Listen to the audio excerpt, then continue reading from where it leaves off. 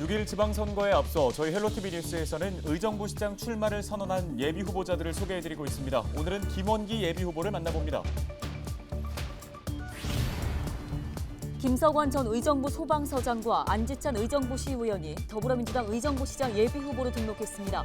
국민의힘에서는 의정부 갑 당협위원장을 지낸 강세창 예비 후보가 의정부 시장 선거에 이름을 올렸습니다. 정부가 오미크론 유행 정점이 지난 것으로 보고 다음 주부터 새로운 거리두기 조정안을 적용하기로 했습니다. 4일부터 사적 모임 인원을 8명에서 10명까지로 확대하고 식당과 카페 등의 영업시간은 자정까지로 1시간 더 늘렸습니다. 코로나19 유행이 길어지면서 그동안 카페나 식당에서 일회용품 사용이 가능했는데 이번 달부터 다시 규제가 시작됩니다.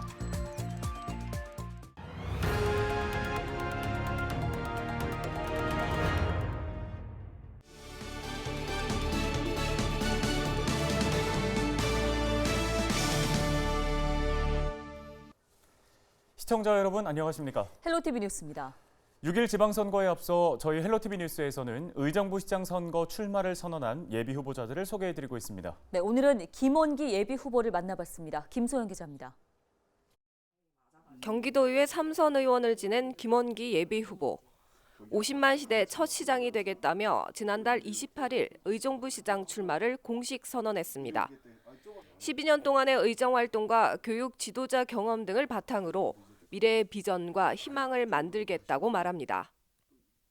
미래의 청사진을 펼쳐 나갈 수가 있고 또한 저의 지나간 활동의 경험들이 의정부의 시정과 시민의 마음을 잘 알고 있기 때문에 저는 이제 50만 시대를 준비하는 의정부 시장으로서의 의정부의 미래의 비전과 희망을 함께 만들어 나가기 위해서 현재 논의되고 있는 의정부의 대규모 사업은 주민, 전문가, 시의회 등 관련자들의 의견을 모아 재수정하겠다는 입장을 밝혔습니다.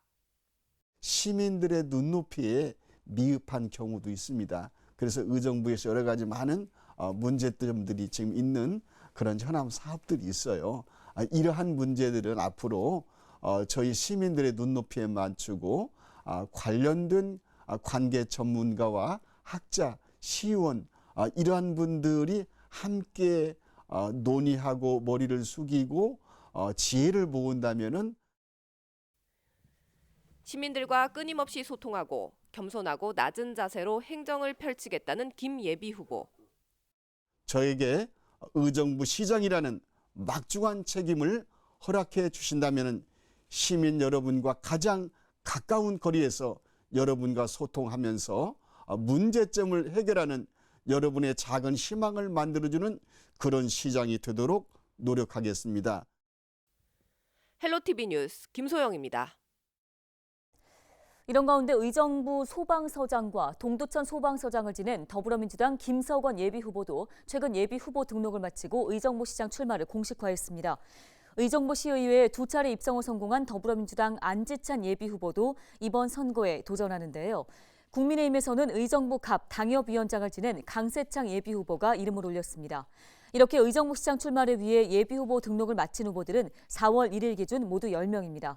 앞으로 있을 지방선거 후보자 소식 저희 헬로티비 뉴스에서 계속해서 자세히 전해드리도록 하겠습니다.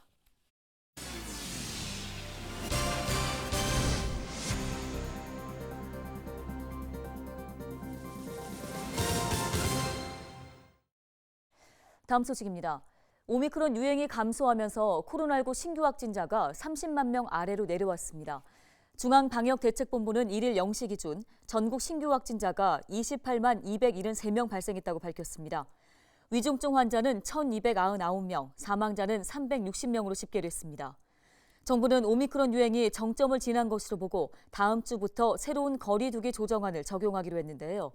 4일부터 사적 모임 인원을 기존 8명에서 10명까지로 확대하고 식당과 카페 등의 영업시간은 자정까지 1시간 더 늘렸습니다. 이 거리두기 조정안은 오늘 17일까지 2주 동안 시행되는데요. 김부겸 국무총리는 전파력이 센 스텔스 오미크론이 현재 우세종이고 중환자 수도 연일 증가하고 있기 때문에 신중하게 결정했다고 밝혔습니다. 다만 이 기간 위중증 환자와 사망자가 줄고 의료체계가 안정적으로 관리되면 사회적 거리두기 등의 방역 조치를 과감히 개편할 것이라고 덧붙였습니다. 다음 소식입니다. 몇 년 전 카페나 식당에서 일회용품 사용을 금지했던 것 다들 기억하실 텐데요.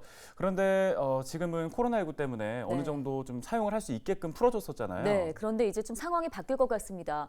그동안 카페나 식당에서 일회용품 사용이 가능했지만 이번 달 4월부터 다시 규제가 시작되는 건데요. 현장에서 적지 않은 혼란이 예상됩니다. 사실상 단속은 이루어지지 않을 것으로 보입니다. 양진호 기자입니다. 지난 2018년 8월 정부는 카페나 식당 등 매장 내 플라스틱 일회용컵 사용을 전면 금지했습니다. 하지만 관련 규제는 1년 남짓 시행되다 중단됐습니다. 코로나19 대유행이 길어지면서 감염 우려가 커졌기 때문입니다. 하지만 플라스틱 쓰레기 배출량이 급증하자 환경부는 4월부터 다시 일회용품 규제에 나서기로 했습니다. 규제 대상 업종과 품목도 더 늘어났습니다.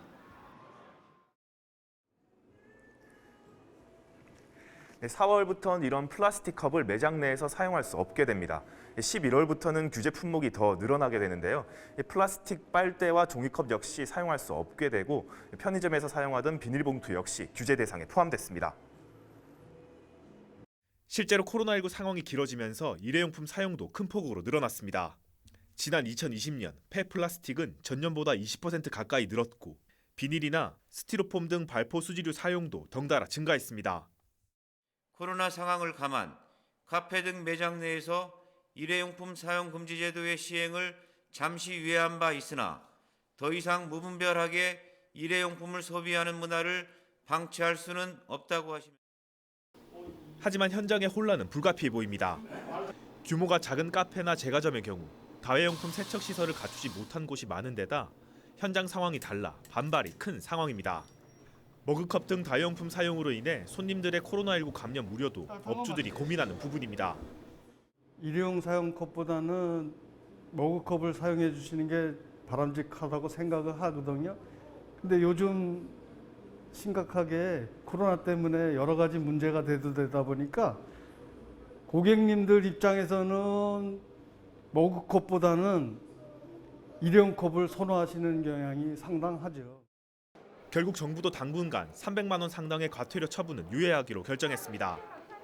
각 지자체에선 과태료 부과 대신 제도 시행 홍보와 안내 등 계도 행정을 펼칠 계획입니다. 중앙 외식 업체라던가 또 일선에서 가장 현장에서 지역을 관리하고 있는 주민자치센터, 그다음에 지역의 활동가 그분들을 통해서 이런 운영자들이 좀 자발적으로 참여할 수 있도록. 하지만 과태료 처분이 유예되면서 제도 시행의 실효성이 없을 거란 지적도 나옵니다. 정부는 일단 일회용품 사용 줄이기에 국민들의 자발적 동참을 요청하면서 코로나19 상황이 안정되는 대로 과태료 부과를 시작할 방침입니다. 헬로티비 뉴스 양진호입니다.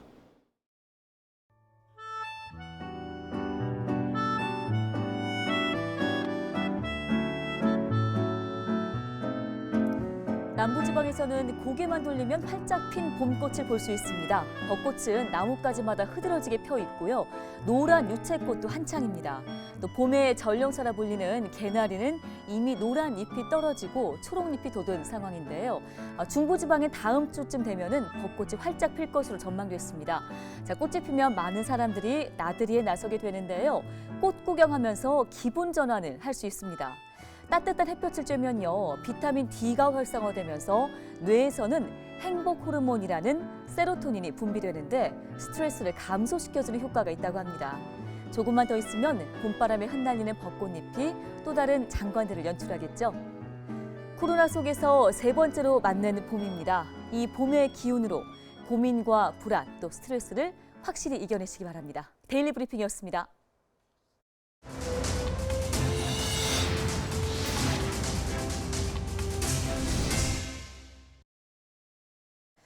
지난달 31일 오후 1시 20분쯤 의정부시청 주차장에서 관용 차량이 6m 아래로 추락하는 사고가 발생했습니다. 이 사고로 관용차를 몰던 43살 공무원이 머리 부분을 다쳐 병원으로 이송됐습니다. 또 사고 과정에서 차가 심하게 파손됐고 주차장 난간과 일부 건물 지붕도 파손됐는데요. 경찰은 급발진 또는 운전 미숙으로 사고가 난 것으로 보고 정확한 경위를 조사 중입니다. 양주시가 과수화상병 예방을 위해 약재 살포 최적 시기 알림 서비스를 시행합니다. 이를 위해 과수농가 10곳에 이동형 기상관측 예측 시스템을 설치했고 시스템에 개화기 등 생육 정보를 입력하면 감염 위험리를 예측해서 방제 정보를 제공합니다. 시는 기상환경 기반 예측 정보를 활용해 방제하면 효과가 16% 상승하는 것으로 분석돼 방제 효과를 높일 것으로 기대하고 있습니다. 과수화상병은 감염 시에 화상을 입은 것처럼 말라 죽는 병으로 과수산업에 큰 피해를 주는 국가관리 검역병입니다. 연천군이 4월부터 오는 11월 13일까지 전곡리 선사 유적지에서 선사 체험 마을을 운영합니다. 선사 체험 마을은 구석기 시대에 인류가 활용했던 막집과 석기 등을 직접 사용하고 구석기 사람들이 어떻게 살았는지 직접 체험할 수 있는 공간입니다. 교육 프로그램으로 석기 제작 시연과 막집 만들기, 선사시대 사냥 등을 준비했는데요. 또 50개의 사이트와 데크 등을 마련해 구석기 체험 숲도 함께 운영합니다. 유효기간이 지난 의약품을 보관하거나 약사 면허를 빌려 영업을 한 의약품 도매상들이 무더기로 경기도에 적발됐습니다. 경기도 특별사법경찰단은 지난 7일부터 18일까지 의약품 도매상 335곳을 점검해 약사법을 위반한 39개의 업소를 적발했다고 밝혔습니다. 위반 사항으로는 유효기관 경과 의약품 판매 11건, 약사 면허 대여 3건, 의약품 유통 품질 관리 기준 위반 19건, 동물용 의약품 준수 위반 3건 등입니다. 약사 면허를 대여하면 5년 이하의 징역이나 5천만 원 이하의 벌금이 부과되고 유효기간이 지난 의약품을 판매할 경우 1년 이하의 징역이나 1천만 원 이하의 벌금이 부과됩니다. 경기도가 저신용자 등 취약소상공인을 위해 무담보 저금리 대출을 지원합니다. 지원 규모는 200억 원이며 대상자로 선정되면 창업자금은 3천만 원, 경영개선자금은 2천만 원 이내에서 지급됩니다. 금리는 경기도의 2차 버전으로 연 3.14%로 지원됩니다. 자금 지원을 희망하는 소상공인은 경기신용보증재단 홈페이지를 통해 신청하시기 바랍니다. 경기도의 자동차세 체납액이 1,100억 원으로 전체 체납액의 절반 이상을 차지해 경기도가 대책 마련에 나섰습니다. 3월 기준 경기도 내 등록 차량은 620만 4천여 대로 이 가운데 자동차세 3회 이상 체납 차량은 17만 4천여 대로 집계됐습니다. 또 체납액은 1,108억 원으로 이는 전체 자동차세 체납액의 59.3%를 차지하는 수준인데요. 이에 따라 경기도는 4월 6일을 광역별 체납 차량 일제 단속의 날로 정하고 경찰청, 도로공사 등과 함께 특별 단속에 나서기로 했습니다. 이번 단속에서 번호판이 영치된 차량 소유주는 체납액을 전부 납부해야만 번호판을 되찾을 수 있습니다. 경기도가 전기차와 수소차 등 친환경차 구매 보조금으로 6,368억 원을 지원합니다. 전기차의 경우 승용차는 한 대당 최대 1,100만 원, 버스는 1억 1,200만 원, 화물차는 2,300만 원을 지원하는데요. 수소차는 승용차일 경우 최대 4천만 원, 버스는 3억 원까지 지원합니다. 올해 지원되는 물량은 3만 8천여 대로 지난해에 비해 1만 7천여 대가 늘었습니다.